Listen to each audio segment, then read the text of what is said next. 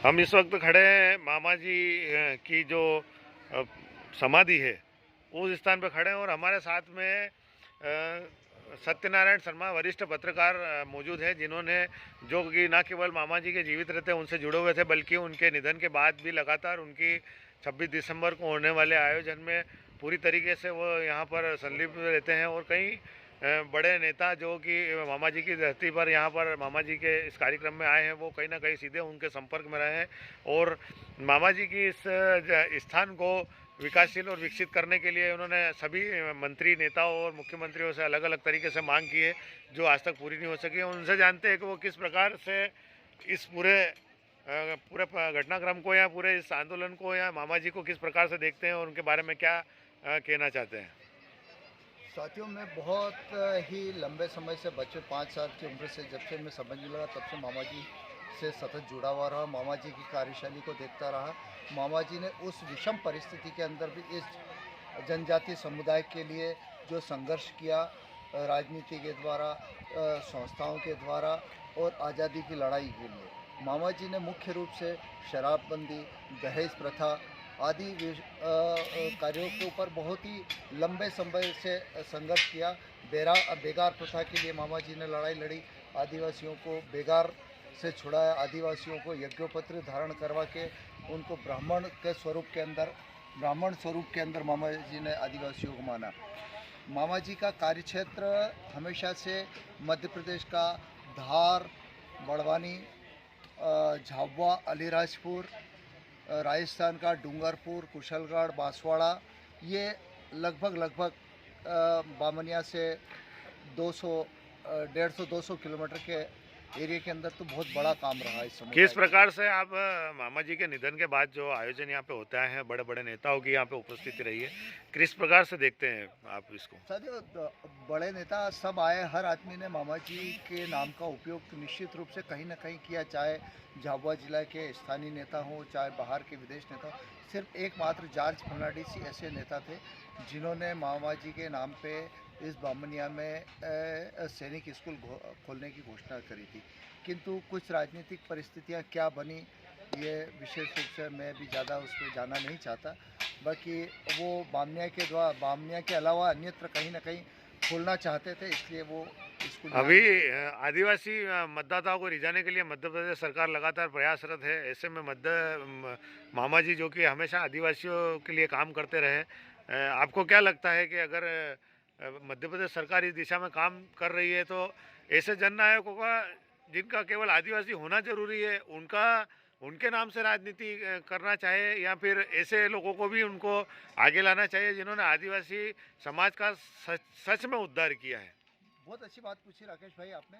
मैं इस बात पे विशेष रूप से एक बात बताना चाहता हूँ कि जिस विषम परिस्थिति के अंदर मामा जी ने काम किया है, जब आदिवासी इतना भ्रमित था, इतना दबा हुआ था, कुछ करने की स्थिति में नहीं था, उस वक्त इस समाज के लिए अपना सारा जीवन समर्पित कर दिया। और अंतिम घड़ी तक, आज हमारे प्रदेश में, देश की कहीं की भी स्थिति देख लीजिए, क्या छोटा सा प्रतिनिधि भी अगर जब बन के जाता है तो 2-4 साल के अंदर वो आर्थिक रूप से काफ़ी सक्षम हो जाता है। बाकी मामा बालेश्वर दयाल ऐसा गांधी, ऐसा फकीर आदमी था जिसके मरते दम तक भी उसके जेब के अंदर एक ढीला भी नहीं मिला, वो बिना उसके चलते थे।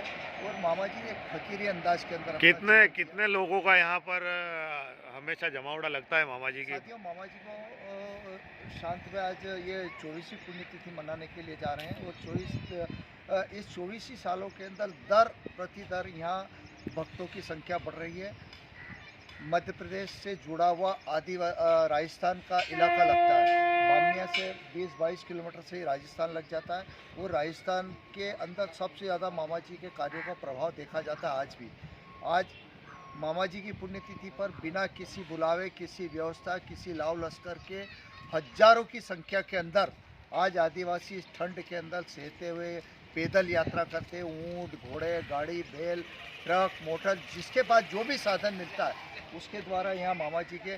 और ये सिलसिला 21 तारीख से राजस्थान से पैदल यात्राएं चालू हो जाती है, जो सतत 25 तारीख को रात्रि तक यहाँ पे आती है। सारी रात मामा जी के किए हुए कार्यों को भजन के रूप में याद किया जाता है। मामा जी को आज भगवान के रूप में वे लोग मानते हैं और निश्चित रूप से आस्था ही आदमी को भगवान बना देती है। वही आस्था इन आदिवासियों के अंदर है। राजस्थान का हर आदिवासी ये जानता है कि मामा बालेश्वर दयाल ने हमारे लिए बहुत कुछ किया है और हम आज जितने सक्षम हैं, वहाँ के आदिवासी अच्छे सक्षम हैं, अच्छे पढ़े लिखे हैं, उनकी जीवन शैली के अंदर बहुत बड़ा सुधार आया है। तो उसका परिणाम, उसका श्रेय सीधा मामा बालेश्वर दयाल को जाता है। और निश्चित रूप से अगर जो भारतीय जनता पार्टी की सरकारें अपना जो राजस्थान के अंदर भी सरकार बनाना चाहती, यहाँ जाती, तो मामा जी के नाम का एक बहुत बड़ा वहाँ पे उपयोग होता है। मामा जी के ऐसे ऐसे भक्त हैं कि जहाँ उनके नाम पे हजारों वोट ऐसे ही गिर जाते। तो मेरा मध्य प्रदेश सरकार, राजस्थान सरकार, दोनों सरकार से एक आग्रह निवेदन है कि इस उपेक्षित समाधि स्थल को ऊपर भी ध्यान देना चाहिए और इसको एक राष्ट्रीय स्मारक के रूप के अंदर विकसित करना चाहिए, ताकि यहाँ पे आने वाली पीढ़ी, अगली पीढ़ी को पता पड़ सके कि हमारे महापुरुष, हमारे बुजुर्गों ने हमारे समाज के लिए कितना संघर्ष किया है और उसका परिणाम है कि आज हम उच्च स्तर के ऊपर पहुँचे। धन्यवाद सत्यनारायण शर्मा जी, आपने पूरी जानकारी दी मामा बालेश्वर दयाल के बारे में। उम्मीद है सारा कुछ देखने के बाद मध्य प्रदेश सरकार की नींदें खुलेगी, उनकी आंखें खुलेगी और ऐसे उपेक्षित महान क्रांतिकारी, महान समाज सेविक, महान चिंतक, समाज सेवी चिंतक मामा बालेश्वर दयाल, जो कि पिछले 24 वर्षों से लगातार उपेक्षित है, उनको कहीं ना कहीं उनके लिए कोई बड़ा कदम यहाँ पर उठाकर उनका इस स्थान को राष्ट्रीय स्मारक के रूप में घोषित करके इसका उत्थान और उसका विकास करेगी, जिससे कि आने वाला आदिवासी समाज और यहाँ से जुड़ा हुआ आदिवासी समाज वो सीख सके, समझ सके कि आखिर क्यों मामा जी इतने अनुयायी हैं, आदिवासी के पूजनीय हैं। क्योंकि जब वो उनका इतिहास जानेंगे तब उन्हें खुद को पता लगेगा कि उन्होंने आदिवासी समाज को कहाँ से कहाँ लाकर छोड़ा है, किस स्थिति में आदिवासी समाज था और आज किस स्थिति में है। तो उनका पूरा श्रेय मामा जी बालेश्वर दयाल जैसे महान क्रांतिकारियों को जाता है, जिन्होंने आदिवासी समाज के बीच में रहकर अपना घर बार छोड़कर, अपना सब कुछ निछावर कर कर केवल उनके सुधार के लिए और उनके जीवन शैली सुधारने के लिए काम किया है। मैं धन्यवाद में राकेश। एक बात और मैं आपसे बताना चाहता हूँ कि मामा जी के ऊपर करीबन 4 या 5 व्यक्तियों ने डॉक्टरेट किया है, उनके ऊपर कई किताबें लिखी गई है और कई किताबें मामा जी के हस्तलिखित हैं।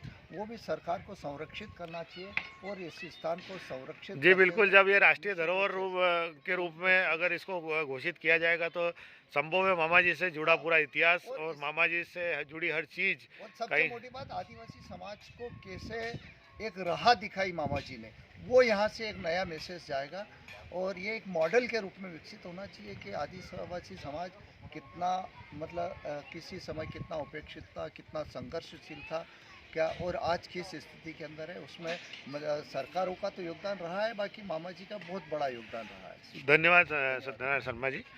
तो आज का जो पूरा प्रोग्राम है वो केवल इसी पे निर्धारित था और आज हमारा जो विषय था वो यही था कि काश मामा जी आदिवासी होते, क्योंकि आज वो अगर आदिवासी होते तो मध्य प्रदेश की पूरी सरकार, पूरा केंद्र की पूरी सरकार उनके नाम पर वोटों की फसल काटने के लिए इस स्थान को ना केवल राष्ट्रीय धरोहर बल्कि इस स्थान को कहीं ना कहीं ऐसा बड़ा स्थान बनाकर प्रमोट कर चुकी होती, क्योंकि कहीं ना कहीं उनको राजनीतिक लाभ मिलता, कहीं ना कहीं उनको वोटों का लाभ होता, उसको चलते वो देखते। लेकिन चूंकि मामा जी बालेश्वर दयाल एक आदिवासी नहीं थे, इसलिए कहीं ना कहीं मध्य प्रदेश की सरकार उनकी अनदेखी कर रही है।